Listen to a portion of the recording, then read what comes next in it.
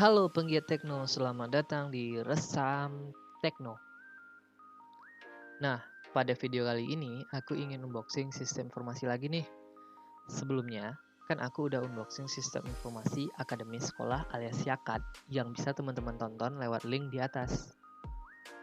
Nah, pada video kali ini aku ingin unboxing sekaligus demo sistem pakar untuk penyakit difteri.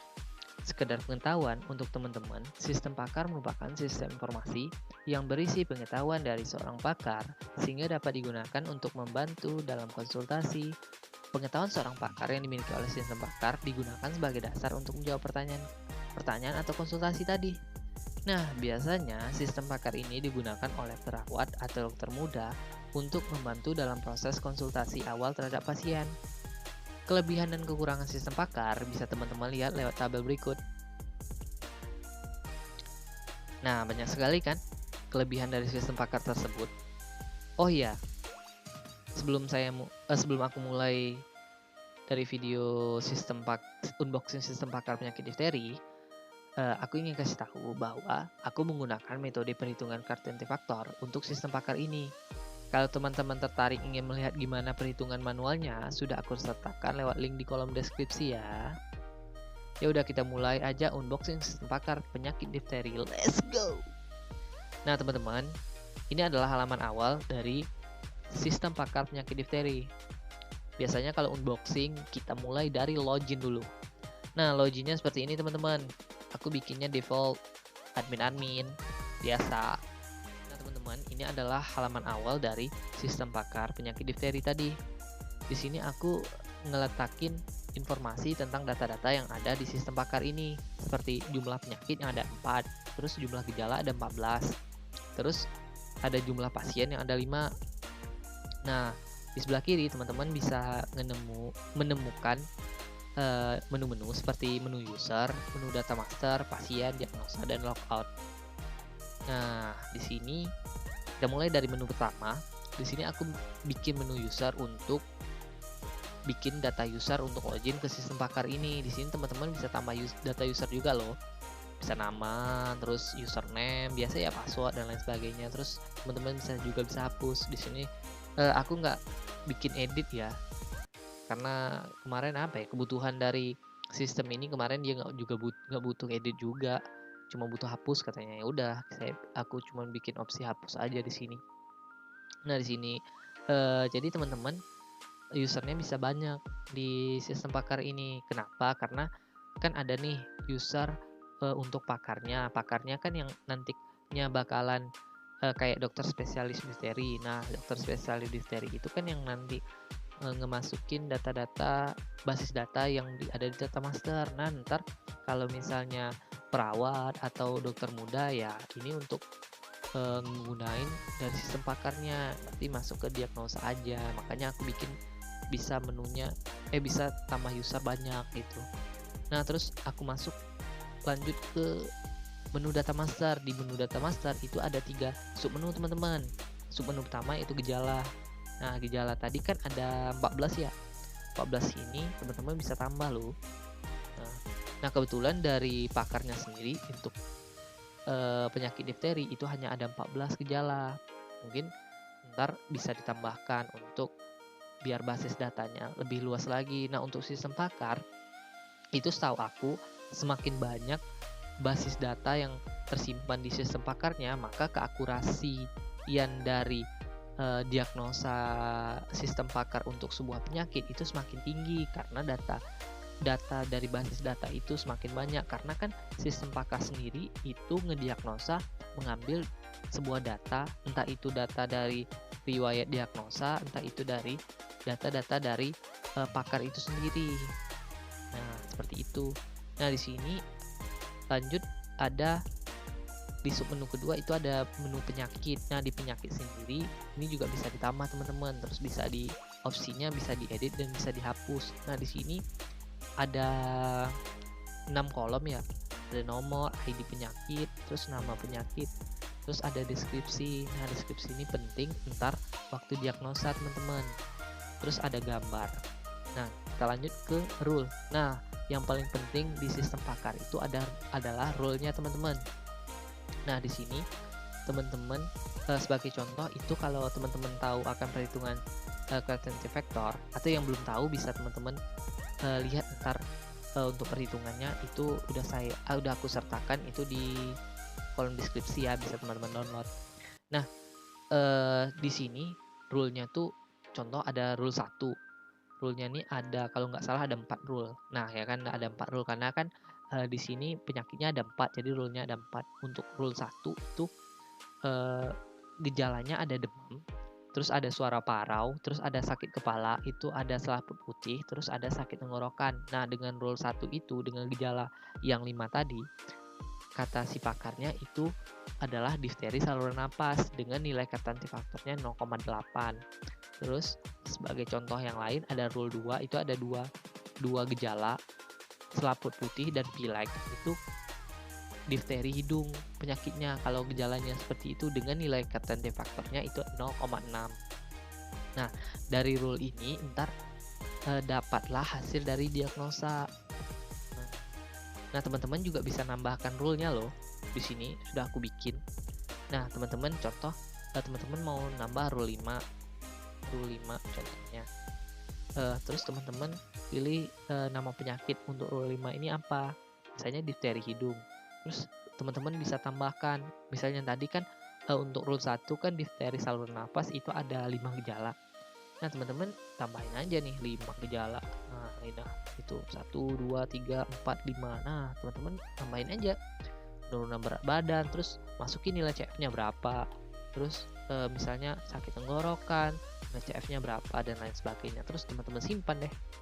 Nah, kalau udah simpan, ntar dia masuk ke sini nih, tambahan rule baru. Nah, kenapa aku nggak nambah rule-nya? Karena emang rule yang ini, yang sekarang ini itu udah rule yang dibikin sama data dari pakarnya, makanya nggak aku rubah. Ntar kalau aku rubah perhitungan di diagnosanya ntar bisa kurang akurat teman-teman. Nah, kita lanjut ke menu yang keempat, yaitu menu pasien. Nah, menu pasien di sini teman-teman bisa tambah pasien. Di sini teman-teman bisa tambah pasien, juga bisa hapus. Nah, sebagai contoh misalnya dihapus nih. Nah, kan dihapus nih. Nah, teman-teman bisa tambah pasien di sini nih, nama lengkap, jenis kelamin, tanggal lahir dan lain sebagainya. Nah, ketika teman-teman masukin tanggal lahir, otomatis di sini umurnya ketahuan. Seperti Danu Septian ini umurnya 2 tahun. Nah, karena sistem pakar ini diperuntukkan untuk anak-anak. Difteri penyakitnya kan biasa kalau aku salah ya, biasanya kan penyakit difteri itu menyerang anak-anak, tapi aku kurang tahu juga ya karena aku kan cuma bikin sistem, yang tahu kan lebih pakarnya ke pakarnya. Tapi tahu aku tuh umurnya yang umur anak-anak, makanya di sini sendiri nih. Nah, nih tanggal lahir ini cuman bisa sampai 1999 aku bikinnya, tidak ke atas, karena kemarin itu request untuk bikin sistem ini itu hanya untuk anak-anak, makanya aku batasi hingga umurnya dari 1999 hingga sekarang gitu teman-teman. Nah, seperti ini. Nah, teman-teman di sini kan ada nih opsi ini, teman-teman bisa klik. Nah, di opsi ini itu adalah riwayat diagnosa dari pasien Danu tadi.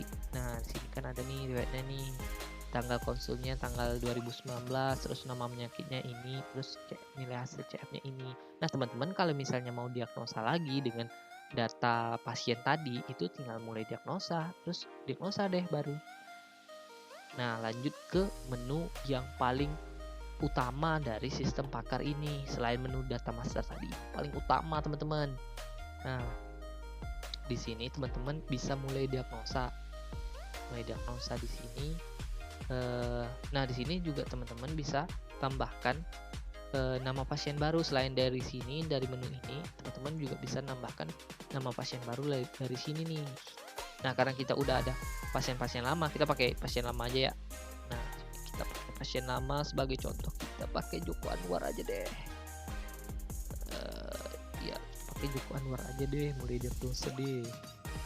Nah, seperti ini nih halaman untuk diagnosanya teman-teman. Di sini ada 4 kolom, kolom nomor, kolom ID gejala, terus ada kolom gejala, terus ada pilih kondisi. Nah, teman-teman bisa pilih kondisi nih. Sebagai contoh, penurunan berat badan. Terus teman-teman bisa pilih nih kondisinya, apakah ya, hampir pasti ya, hampir pasti ya, kemungkinan besar ya, mungkin ya, tidak tahu, mungkin tidak, kemungkinan besar tidak, hampir pasti tidak, atau pasti tidak. Nah, di setiap kondisi ini ada nilainya teman-teman. Nah, sebagai contoh, pasti ya ini nilainya 1, terus hampir pasti ya kalau nggak salah itu nilainya 0,8. Nah, kita coba ya. Kita coba isi aja. Kita coba aja teman-teman. Nah, gini aja teman-teman.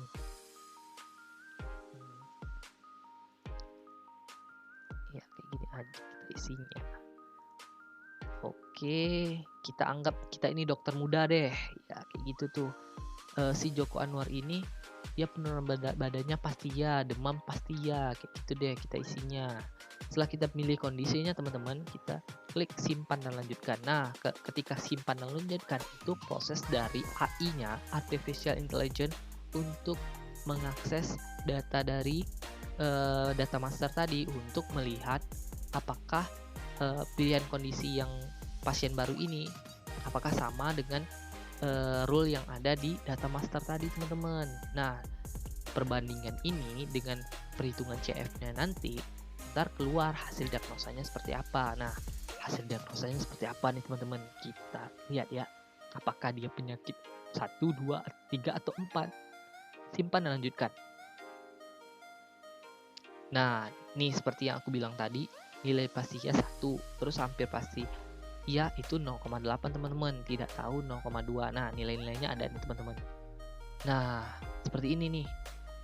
Nah, yang paling tinggi, nilai CF paling tinggi itu di penyakit nomor 1 teman-teman, difteri saluran napas. Seperti ini nih. Nilai CF-nya 0,9 teman-teman. 0,9. Nah, di sini ada nilai CF-nya.